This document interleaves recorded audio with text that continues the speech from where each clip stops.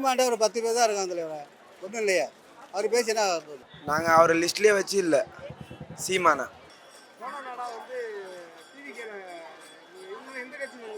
நான் ஏடிஎம்கில் இருந்தேன். எம்ஜிஆர் போயிட்டாங்க, அம்மா போயிட்டாங்க. விஜய் கட்சியில் வந்துட்டோம்.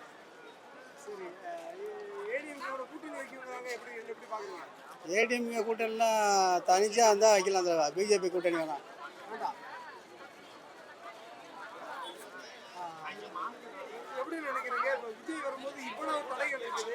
அவங்க தடைகள்லாம் தவிடுபடியாக இருக்குது வர.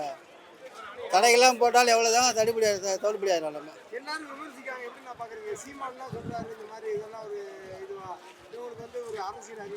சீமான்ட்ட ஒரு 10 பேர் தான் இருக்காங்க தலைவர. ஒன்றும் இல்லையே. அவர் பேசி என்ன ஆகப் போகுது?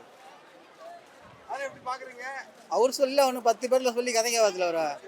தளபதி தான் என்றைக்குமே தமிழ்நாடு முதலமைச்சர். அடுத்த முதலமைச்சர் 2026 முதலமைச்சர் அவர் தான். முதலமைச்சர் அவர் தான்.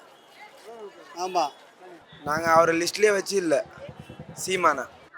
அவர் பாட்டு எதனா தனியாக பேசின்னு இருக்கட்டும். எங்கள் அண்ணன் பாட்டு வந்து இங்கே மக்களுக்காக பிரச்சாரம் பண்ணுவார். அவர் வந்து வரது பார்த்தீங்கன்னா இங்கே மக்களை வந்து பாதுகாக்கிறதுக்காக தான் அவர் சென்னையிலேருந்து இங்கே கிளம்பி வர்றாரு. பனையூர்லேருந்து ஒவ்வொரு டிஸ்ட்ரிக்டாக அவரோட ஏதோ சம்பாதிச்சு சொத்து சேர்க்கணும். நம்ம புள்ளக்கோட்டைக்கு இன்னும் பரம்பரையாக சொத்து சேர்த்து வச்சு பங்களா கட்டி அது மாதிரி வாழணுன்ற ஆசையெல்லாம் அவர் வரவே இல்லை. அப்படி வரணும்னு நினச்சா அவர் எதுக்கு ஈஸியாக சினிமா நடிச்சிட்டு போகலாமே? அவர் எதுக்கு இங்கே வந்து கஷ்டப்பட்டுங்கன்னு எப்படி வரணும்? இங்கே இருக்கிற அரசியல்வாதிலாம் என்ன பண்ணுறாங்க? 75 வருஷம் கட்சின்றாங்க டிஎம்கே. 75 வருஷமா 234 தொகுதியும் சேவையாக செஞ்சுன்னுக்கிறாங்க. ஒரே ஒரு தொகுதியில் சேவை செஞ்சுக்கிறாங்கன்னு சொல்லுங்கள். இந்த துண்டை நான் கழட்டி நான் போட்டுடுறேன். ஆனால் இந்த துண்டு வந்து விட்டுட்டீங்கன்னா தமிழ்நாட்டு மக்களை இனிமேல் எந்த காலத்துலையுமே காப்பாற்றுறதுக்கு யாரும் வர முடியாது. அதை மட்டும் உறுதியாக வச்சுக்கோங்க. இங்கே இருக்கிற அரசியல்வாதிலாம் என்ன பண்ணுறாங்க? ஒவ்வொரு பசங்களையும் சும்மா வெட்டியா இங்கே வேலைக்கே போக மாட்டேங்கிறானுங்க பசங்க. எந்த பசங்க அரசியல்வாதி கூட இருக்க பசங்க வேலைக்கு போகிறானுங்க உருப்படியா சொல்லுங்க? எல்லாம் சும்மா ஒரு நாளைக்கு 500 ரூபா கொடுக்குறோம். கவுன்சிலரு, தலைவர் அந்த மாதிரி ஆளுங்கெல்லாம் ஒரு ஆளுங்க 500 ரூபா 300 ரூபா கொடுக்குறாங்களா இல்லையா? ஐயா கொடுத்து என்ன பண்ணுறாங்க? அதில் ஒயின் ஷாப்பில் போய் நின்றுங்கன்னு அழகாக குடிச்சிக்கின்னு எங்கன்னா மீட்டிங் போட்டு ஜாலியாக சுற்றிக்கின்னு இப்படி தான் நடக்குது அரசியல். அழகாக ஒரு டெண்டர் கட்டுறாங்க, ஒரு பஸ் ஸ்டாண்டு கட்டுறாங்க. திருச்சிலையோ பெரம்பலூர்லையோ அரியலூர்லையோ எல்லா இடத்துலையும் பஸ் ஸ்டாண்டு கட்டுறாங்க. பஸ் ஸ்டாண்டு கட்டி அங்கே என்ன பண்ணுறாங்க? டெண்டர் விட்டு சம்பாதிக்கிறாங்களா இல்லையா? மக்களுக்காக நிழல் கூட கட்டி அங்கே எல்லாருக்கும் சேர் போட்டு அங்கே ஒரு பஸ் ஸ்டாண்டு கட்டுறாங்கன்னா வரவெல்லாம் யூரின் விட்டு போகிறான். அதை வந்து ஒரு ஆணையர் அம்மா கூட வந்து பார்க்க மாட்டேங்கிறாங்க. ஆணையர் அம்மா கமிஷன் வாங்கின்னு ஜாலியாக அவங்க பண்ண அவங்க வேலையை பார்க்குறாங்க. அதானே நடக்குது அரசியல். அதானே நடக்குது. வேற எதுனா நடக்குதா சொல்லுங்க? ஆட்சி பிடிச்சிட்டாருன்னா அவர் எல்லாத்தையுமே மாத்திடுவாரு.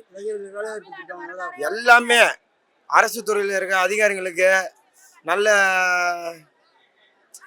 வருமான சம்பளத்தை கொடுப்பாரு, போதுமான சம்பளத்தை. அதே மாதிரி ஸ்கூல் படிக்கிற பசங்க எதுவும் கெட்டு போகாமல் இருக்கிறதுக்கு தடை பண்ணுவார். ஒயின் ஷாப்புலாம் அவர் இழுத்து மூடுவார்னு நம்பிக்கை இருக்குது. ஒயின் ஷாப்லாம் மூடணும் எனக்கு தெரிஞ்சு. அதால நிறையா பேர் கெட்டு போகிறானுங்க. ஸ்கூல் படிக்கிற பசங்க கூட நீங்கள் ஒயின் ஷாப்பில் போய் அழகாக பீர் வாங்கி சாப்பிட்டு போகிறானுங்க ஒரு சில பேர். இதெல்லாம் யாரால கெட்டு போகுது? அரசியல்வாதியால் தான் கெட்டு போகுது. இதுக்கெல்லாம் தீர்வு எந்த அரசியல்வாதினா சொல்லிக்கிறாங்களா? இது வரையும் 75 வருஷம் கட்சி இருக்குதுன்றாங்க, 50 வருஷம் கட்சின்றாங்க. எதனா ஒரு அரசியல்வாதி வந்து இங்கே வந்து பசங்கள்லாம் குடிச்சு கெட்டு போகிறாங்க, இந்த ஒயின் ஷாப் இழுத்து மூடுப்பா அப்படின்னு ஒரு எம்எல்ஏ சொல்லியிருக்காரா, ஒரு எம்பி சொல்லியிருக்காரா சொல்லுங்க? இன்னைக்கு வந்து நேரு அண்ணன் சொல்றாரு, இது என் இடம்ன்றாருல. இந்த இடத்துல எத்தனை பேர் குடிச்சிட்டு வெட்டியா சுத்தி நிற்கிறானுங்க பசங்க. இப்போ இந்த தொகுதியில் அவர் தான் எம்எல்ஏவாக இருக்கிறாரு. ஓட்டு போட்டவங்களுக்கும் அவர் தான் எம்எல்ஏ, ஓட்டு போடாதவங்களுக்கும் அவர் தானே எம்எல்ஏ. நேரு அண்ணன் தானே எம்எல்ஏ. அவர் வந்து பசங்க கெட்டு போறாங்க, அந்த ஒயின் ஷாப்ல எதுக்கு பயிலுத்து மூடுப்பா அப்படின்னு என்னைக்குன்னா சொல்லியிருக்கிறாரா? அவர் விவசாய குடும்பத்திலேருந்து வந்தவருன்னு அவர் சொல்லிக்கிறாரு ஒரு பேட்டியில். 2 ஏக்கர் நிலத்தை வந்து எங்கள் அப்பா வித்துட்டாரு, அதை கஷ்டப்பட்டு நான் அமைச்சராகி அதை வந்து திரும்ப கைப்பற்றினேன்னு சொல்லிக்கிறாரு. என்னைக்குன்னா ஒரு விவசாயிக்கு அவர் உதவி பண்ணியிருக்காரா சொல்லுங்க? இன்னைக்கு விவசாயம் பண்றவங்க எல்லாருமே கஷ்டப்பட்டுன்னு தாங்கிறாங்க. அதே போல இந்த வந்து மகளிருக்கு வந்து 2000 ரூபாய் தராங்க குடும்ப தலைவிக்கு. 1000 ரூபாவா? 1000 ரூபாவோ 2000 ரூபாவோ 1000 ரூபானே வச்சுப்போம். அதை வந்து எல்லாருக்கும் கொடுத்தாங்களா சொல்லுங்கக்கா? கொடுத்தாங்களாக்கா? கொடுத்தாங்களாக்கா? யாரையுமே கொடுக்கல. ஒரு சில பேர் கொடுக்கல, ஒரு சில பேர் கொடுக்குறாங்க. அந்த 1000 ரூபாய் கூட முழுமையா வரல. இப்ப வந்து நாங்க கொடுத்துடுறோன்றாங்க.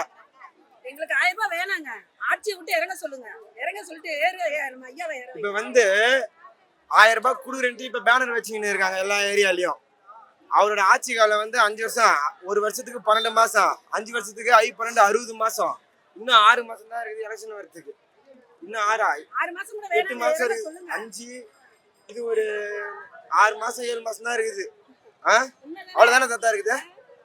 அப்போ 6 போச்சுன்னா 60ல மீதி 54,000 ரூபாய் கொடுத்துருவாரா ஸ்டாலின் சார்?